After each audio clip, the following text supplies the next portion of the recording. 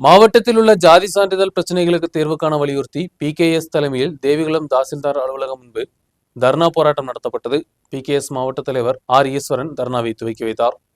சமூகத்தில் தாழ்த்தப்பட்ட மக்களுக்கு இந்திய அரசியலமைப்பு சட்டம் வழங்கியுள்ள பாதுகாப்பு உரிமை என்பது இடஒதுக்கீடாகும். கல்விக்கும் வேலைவாய்ப்பிற்கும் அரசு சலுகைகளை பெறுவதற்கும் தாசில்தாரால் வழங்கப்படும் ஜாதி சான்றிதழ் இன்றியமையாத ஒன்றாகும். அடிப்படை தேவைகளுக்கு கூட வருவாய்த்துறை அதிகாரிகள் பல குளறுபடிகளை ஏற்படுத்தி ஜாதி சான்றிதழ் வழங்காமல் இருக்க முயற்சிகள் நடத்துவதாகவும், இதன் மூலம் மாணவ மாணவிகளின் கல்வியும் அரசு சலுகைகளும் லைஃப் திட்டம் போன்றவையும் பாதிக்கப்படுவதாக PKS தலைவர்கள் தெரிவித்தனர். மாவட்டத்தில் தமிழ் மக்கள் அதிகமாக இதன் மூலம் பாதிக்கப்பட்டுள்ளனர். ஜாதி சான்றிதழ் வழங்குவதற்கு 1950க்கு முன்பு இடுக்கி மாவட்டத்தில் குடியேறியவர்கள் என்பதற்கான ஆதாரங்களை கேட்பது ஏற்றுக்கொள்ள முடியாத ஒன்றாகும்.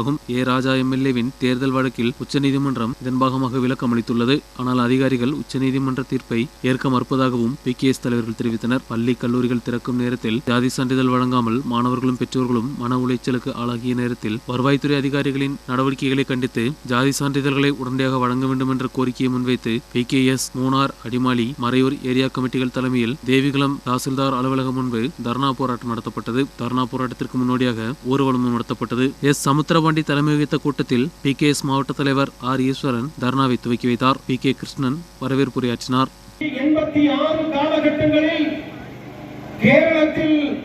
கேரளம் 1956 கட்டங்களில் மொழிவாரி மாநிலங்களாக மாறுகின்றதற்கு முன்பாகவே கேரளத்தில் 1886 காலகட்டங்களிலே தேயிலை பயிரிடக்கூடிய காலகட்டத்திலேயே இங்கே வசிக்கக்கூடிய மக்களுக்கு ஜாதி சான்றிதழ் கொடுப்பதற்கு மறுக்கக்கூடிய நிலைமை ஏற்பட்டிருக்கின்றது.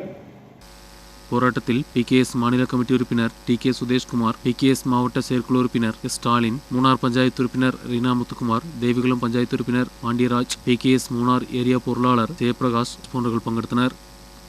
News bureau, Munnar.